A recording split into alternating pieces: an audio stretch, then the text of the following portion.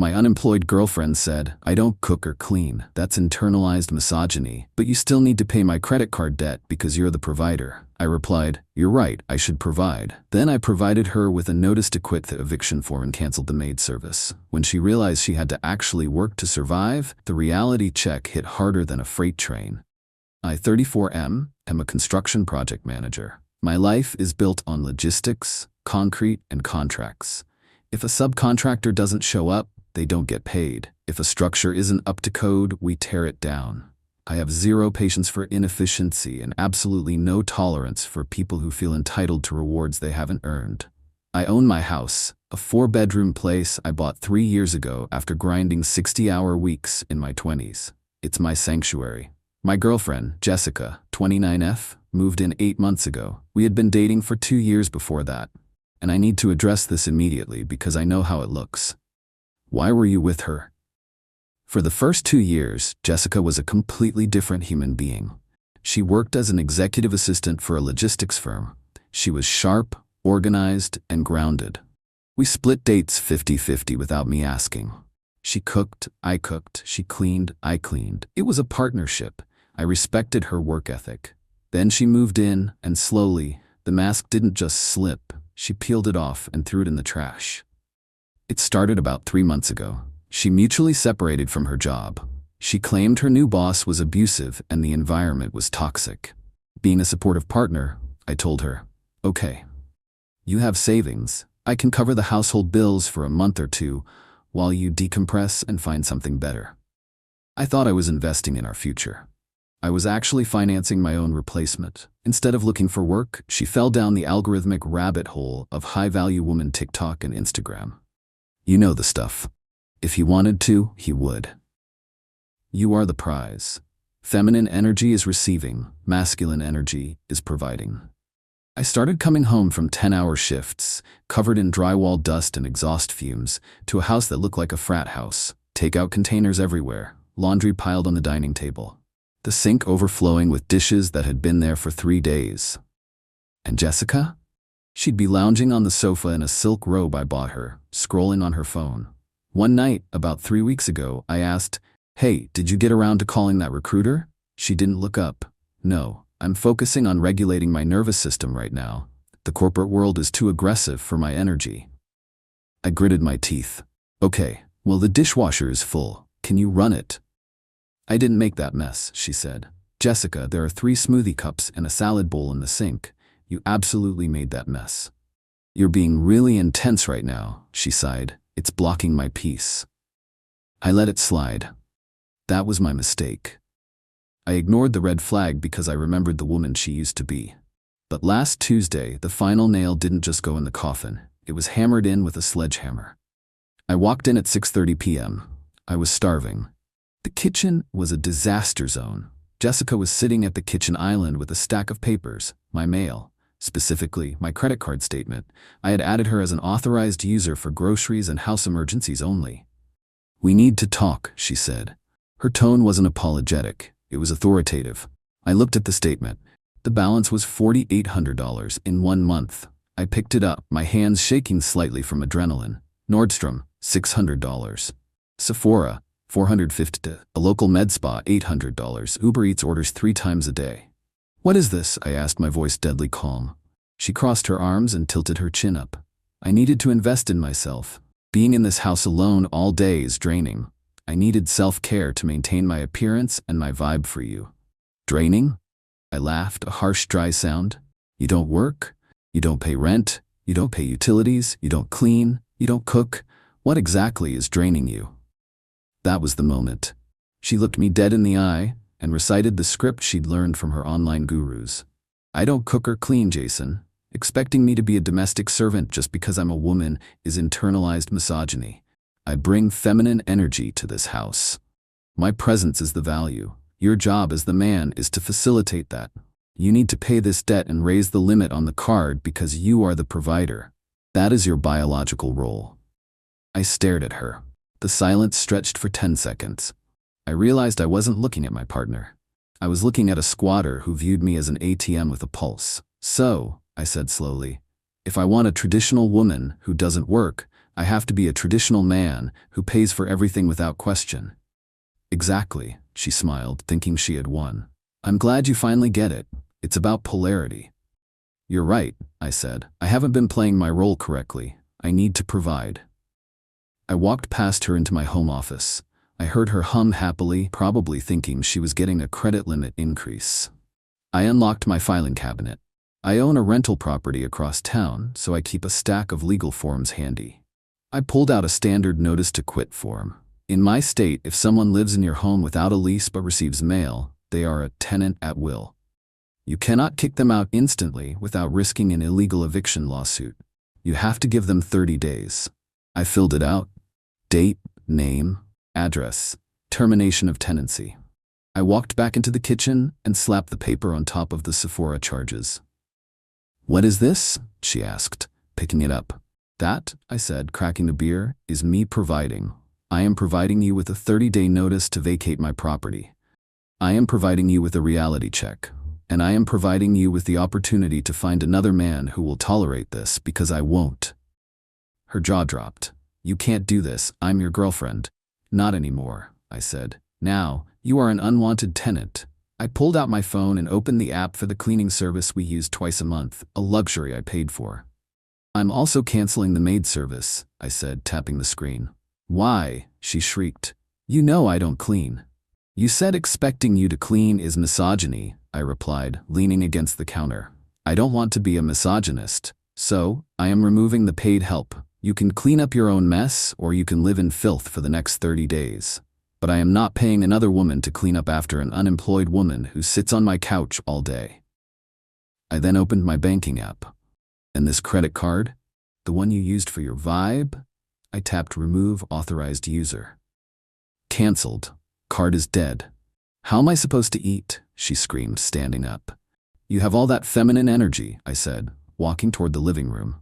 I'm sure you can trade it for a sandwich. Or, here's a crazy idea. Get a job. I sat down, turned on the TV, and turned the volume up. She screamed for an hour. I didn't say a word. The war has begun. Update 1. It has been 5 days since the notice to quit was served. If you thought she would pack her bags with dignity, you don't understand the level of delusion these coaches instill in people. First came the flying monkeys. Her mother, Linda, called me while I was on a job site inspecting a foundation pour. Jason, I am hearing very disturbing things, Linda said. No hello. Is it that your daughter stole $5,000 from me and refuses to wash a spoon? I asked. She's trying to find herself. Linda snapped. You are being financially abusive, cutting off her resources, making her homeless. You are a man, Jason. You have a duty to protect her. I am protecting myself, Linda. She isn't my wife. She isn't the mother of my children. She is a roommate who stopped paying her share of the emotional rent. She has 25 days left. If she stays past that, I file for formal eviction with the sheriff. Goodbye. I blocked Linda immediately. When I got home that day, the house was dark. Jessica was sitting on the couch, wrapped in a blanket, glaring at me. The Wi-Fi isn't working, she said. I know, I replied, kicking off my boots. I changed the password. Give it to me, she demanded. I need it. No, I said, walking to the fridge. Internet costs $80 a month. Providers pay for things. I am providing internet for myself. Since you aren't contributing, you don't get the bandwidth. I need it to look for jobs, she lied. You have a phone with a data plan, I pointed out. Use that, or go to the public library, it's free. She threw a pillow at me. I caught it and tossed it back. Then she tried the weaponized incompetence tactic. She started leaving her mess everywhere on purpose. I'm talking half-eaten yogurt cups on the coffee table, wet towels on the hardwood floors, makeup smeared on the bathroom counter. She thought this would break me. She knows I hate a dirty house. She thought I would just clean it up to keep the peace. She forgot that I work in construction. I have lived in job site trailers. I have dealt with hazardous waste. I didn't clean it. I collected it. I took every single item she left out, dirty plates, wet towels, makeup bags, shoes, and I put them on her side of the bed. When she went to sleep that night, she's sleeping in the master bedroom, I moved to the guest room and installed a key code lock. She found a pile of garbage on her Egyptian cotton sheets. I heard the scream from down the hall. Are you insane? She yelled, banging on my locked door. Internalized misogyny. I yelled back. I didn't want to clean it up and offend you. Yesterday, she tried to order Uber Eats. She evidently forgot I canceled the card. The charge declined. She came storming into the garage where I was working on my motorcycle. You embarrassed me, she yelled. The delivery driver is outside and the payment failed. Sounds like a personal problem, I said, tightening a bolt. Pay for it, Jason. It's $30. I'm starving. There's a loaf of bread and a jar of peanut butter in the pantry, I said without looking up. I bought those. You're welcome to them. I don't want peanut butter.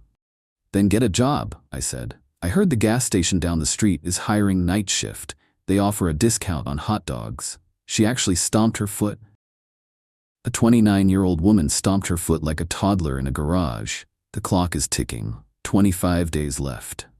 Update 2. Things have escalated. Drastically. 10 days into the 30-day notice. Jessica realized that pouting and trying to guilt-trip me wasn't working, so she called for backup. I came home on Monday to find a strange BMW in my driveway. I walked inside, and there was Jessica and some random woman I had never met sitting at my dining table. Jason? This is Sarah, Jessica said, looking triumphant. She's a tenant rights advocate and a friend of a friend. Sarah looked at me over her glasses. She had that smug look of someone who took 1 semester of law in college and thinks she's a Supreme Court justice. Sir, you are creating a hostile living environment, Sarah announced. Cutting off internet, restricting access to funds, and emotional intimidation. This is illegal constructive eviction. I didn't even put down my keys, I laughed. Constructive eviction, I repeated. Okay. Did I change the locks? No. Did I cut off the water or electricity? No. Did I turn off the heat? No. Internet is a luxury utility, not a human right. And access to funds? It's my money. She isn't my wife. She has established residency, Sarah argued. You cannot just kick her out. I know, I said. That's why I gave her a 30-day notice to quit, in accordance with state code. I have the video of me handing it to her and a text confirmation where she acknowledged it. Sarah paused. She wasn't expecting me to know the code. You are creating a toxic environment, Sarah pivoted. We are going to file a complaint. You do that, I said. Now, Sarah, unless you are on the deed, which I know you aren't, you are trespassing. Get out. I am her guest, Sarah said smugly. She lives here. I am the sole property owner, I said, stepping closer. And as the property owner, I am revoking your license to be on this property. You are no longer a guest. You are an intruder. You have exactly 1 minute to leave before I call the sheriff's department. Jessica has rights to guests, Sarah sputtered. Jessica is a tenant at will who is being evicted, I said. I own the building. I decide who is allowed on the premises. You are banned. Leave.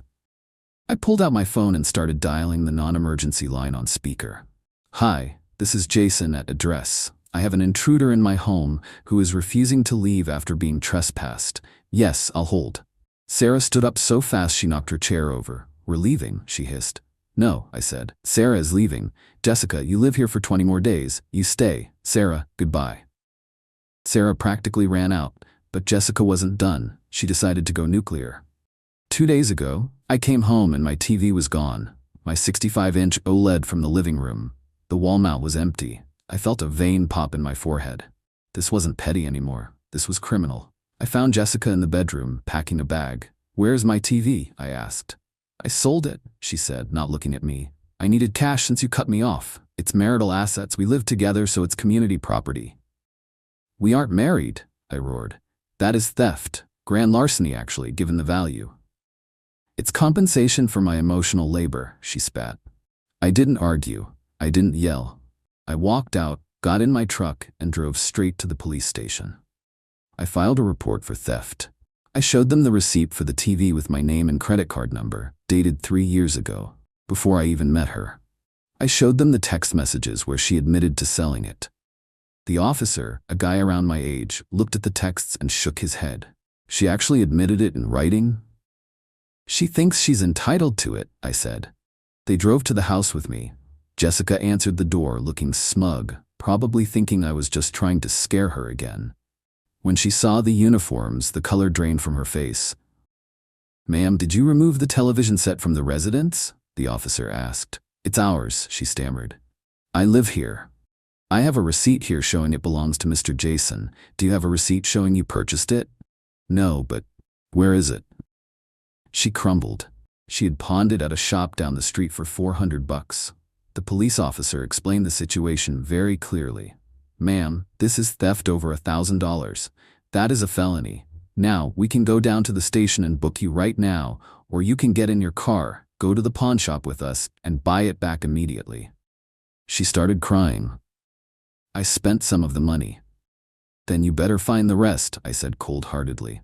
Ask your mom, ask your high-value friends. But if that TV isn't back on my wall in an hour, I press charges. She called her mother. Linda screamed at me over the phone, but she transferred the money. Jessica went to the pawn shop with the police escort. She brought the TV back. One more item goes missing, I told her as she lugged the TV back inside, and I don't give you the option to buy it back. You go straight to jail. Do not touch my property. She spent the last 2 days locked in the guest room. I installed a camera in the living room. 18 days left. Update 3. 5 days left. The end is in sight. Jessica realized that pouting, legal threats, and theft weren't working. She realized she was actually going to be homeless. Her mom wouldn't take her in. Her high-value friends turned out to be broke influencers who live in studio apartments and couldn't host her. She came to me on Friday night. She looked rough. No makeup, hair in a messy bun, wearing sweatpants. The vibe was gone. Jason, can we talk? She asked. If it's about extending the 30 days, no, I said. I was cooking a steak, just one. I got a job, she said quietly. I paused. Oh? Yeah, it's at a call center. Customer service. It pays $15 an hour. Good for you, I said. Honest work. It's not enough to get an apartment, she said, tears welling up. First, last, and security deposit. I can't do it. Please, Jason, I'll pay rent. I'll clean. I'll stop listening to those podcasts. Just let me stay. I looked at her. For a split second, I saw the girl I used to date. But then I remembered the $4,800 debt. I remembered internalized misogyny. I remembered her trying to pawn my TV. I remembered her bringing a stranger into my house to threaten me. The mask was back on, but I knew what was underneath now. No, I said. Why? She sobbed. I'm trying. I'm humbling myself. You aren't humbling yourself, I told her. You are desperate. You aren't sorry for how you treated me. You're sorry that the free ride ended. If I let you stay, in 2 months you'll quit this job, you'll be back on the couch, and you'll be telling me I'm toxic for asking you to wash a spoon. I love you, she screamed, dropping to her knees. You don't love me, I said, flipping my steak. You love the lifestyle I provided. And frankly, Jessica, I don't like you anymore. I don't respect you. And I can't live with a woman I don't respect. She cried, she begged, she threw herself on the floor. I ate my steak in the dining room while she cried in the kitchen. I didn't feel guilty. I felt relieved. Yesterday was moving day. Technically she had until tomorrow, but she found a room. A room in a shared house with 4 other girls, sharing one bathroom. I watched her pack. It was pathetic. She had all these designer clothes she bought with my money, shoved into garbage bags because she couldn't afford suitcases. She tried to take the Dyson vacuum. Nope, I said, blocking the door. I bought that. I use it. You literally said I don't clean, so you definitely don't need a vacuum. She left it. When she walked out the door, she turned around for one last dramatic speech. You're going to regret this, she said. You threw away a good woman. You'll die alone with your money. I'd rather die alone with my money than live broke with a parasite, I said. Leave the key. She threw the key into the bushes. I didn't care. I have a digital lock now. I changed the code the second the door closed. Final update. 6 months later, it has been half a year since I evicted the high-value woman. Life is quiet and rich. Without Jessica's spending, her extra utilities usage, and the groceries she wasted, I've saved about $15,000 in 6 months. I bought a new motorcycle. I took a trip to Cabo with my buddies. I hired the maid service back, and my house is spotless. I met a new woman a few weeks ago. Her name is Dana. She's a nurse. On our first date, she insisted on splitting the bill. I paid, but the fact that she reached for her wallet that she offered nearly made me cry tears of joy. She has her own place, her own car, and her own life. And Jessica? Small towns talk. She lasted 3 weeks at the call center. She quit because her manager was disrespectful. He asked her to get off her phone.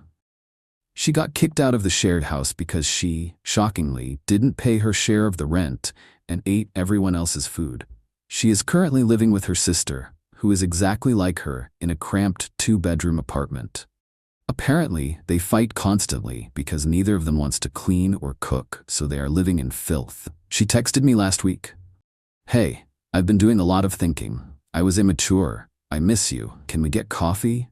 I didn't reply. I screenshotted the text, printed it out, and pinned it to the corkboard in my garage next to my new bike. A daily reminder. Then I blocked her number. Gentlemen, let this be a lesson. The moment a partner tells you that providing is your duty while contributing is oppression, show them the door.